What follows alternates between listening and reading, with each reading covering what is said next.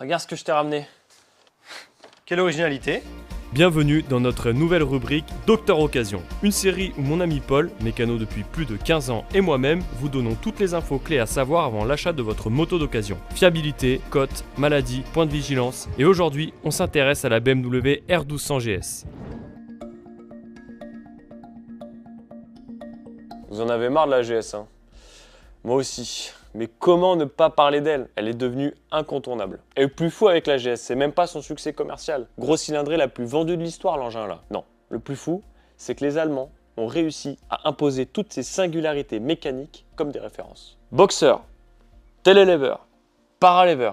Elle fait rien comme tout le monde, mais tout le monde veut d'elle. La première génération de 1200 liquide est pour moi la meilleure. Déjà parce qu'elle était plus moderne que les refroidissements par air. En plus de ça, je trouve que l'écart avec la 1250 à la comparaison directe est pas si significatif que ça. Enfin, du moins, ça justifie pas forcément l'écart de prix. Personnellement, je privilégierais les modèles 2017-2018 pour le nouveau tableau de bord en couleur.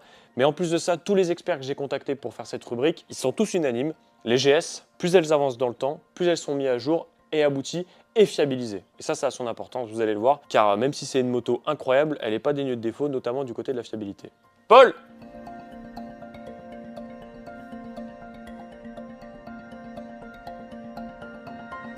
Madame GS. Bon, bah là, il y a pas mal de choses à dire quand même, parce que c'est une moto qui s'est Beaucoup vendu. Donc forcément, il y a eu beaucoup de retours. Ça fait écho à un sujet qu'on a fait, nous, dans le magazine. On a fait un dossier avec un spécialiste des GS. Et là, il y a beaucoup de choses qui sont ressorties. Alors, première chose, les vis du volant magnétique de l'alternateur qui peuvent se desserrer. Et si c'est le cas, il faut tout démonter. Moi, j'ai pas eu le cas à l'atelier, mais je veux bien croire que c'est la merde. Ces commodos-là sont parfois un petit peu capricieux. Ouais, c'est des petits circuits imprimés. Tu les as déjà ouverts, ouais. Tout paraissait bon, avec un multimètre, c'était pas déconnant, et finalement, non, c'était bien le commodo qui était dans le sac. Les batteries peuvent être très faiblardes. Alors ça, à mon avis, ça s'explique aussi parce que... Mais c'est l'architecture du moteur qui fait que pour passer un peu le point de compression, et puis c'est le genre de moto qui est full équipé. Le mec il va mettre le contact, il va commencer à tapoter sur son GPS, son truc, et du coup, bah, au moment de mettre la gouache pour démarrer, bah... ça coince. Ouais, ça coince. La vanne EGR est parfois amenée à se gripper, ça c'est un truc qu'on m'a pas mal dit. Bah, peut-être parce que vu que tu es beaucoup sur du filet, tu fais beaucoup de bas régime, et ben en fait la vanne EGR elle prend... Et puis c'est un moteur coupleux, donc voilà. même sur la route tu l'utilises au filet, quoi. Voilà, donc tu brûles pas t'envoies des gaz un peu sales dans cette vanne en question, et du coup il y a moyen de la gripper. Toi tout à l'heure tu me disais effectivement, il y a eu de très rares problèmes. De linguer. De linguer. Ouais, et là, sauf que du coup quand ça arrivait à endommager les arbres à came.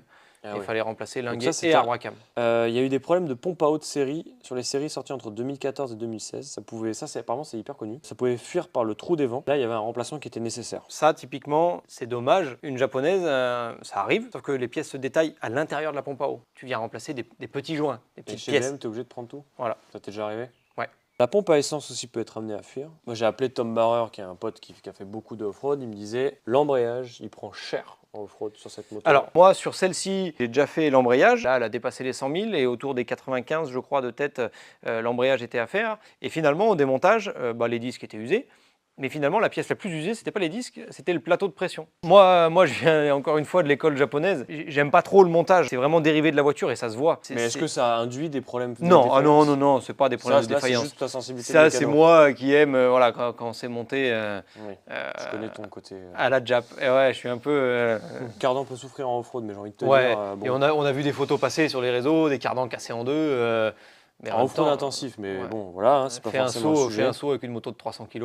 Alors, il y a eu des problèmes de cylindre bloc de direction qui peuvent prendre du jeu. Ouais. Et d'ailleurs, alors ça c'est pas forcément lié, mais en 2013, il y a eu une campagne de rappel sur le raccord de comprimé de l'obturateur de tube de fourche. 13 339 motos concernées en France. Je crois que c'est la marque qui a le plus de rappels. Il rappelle à plus de modèles que nécessaire.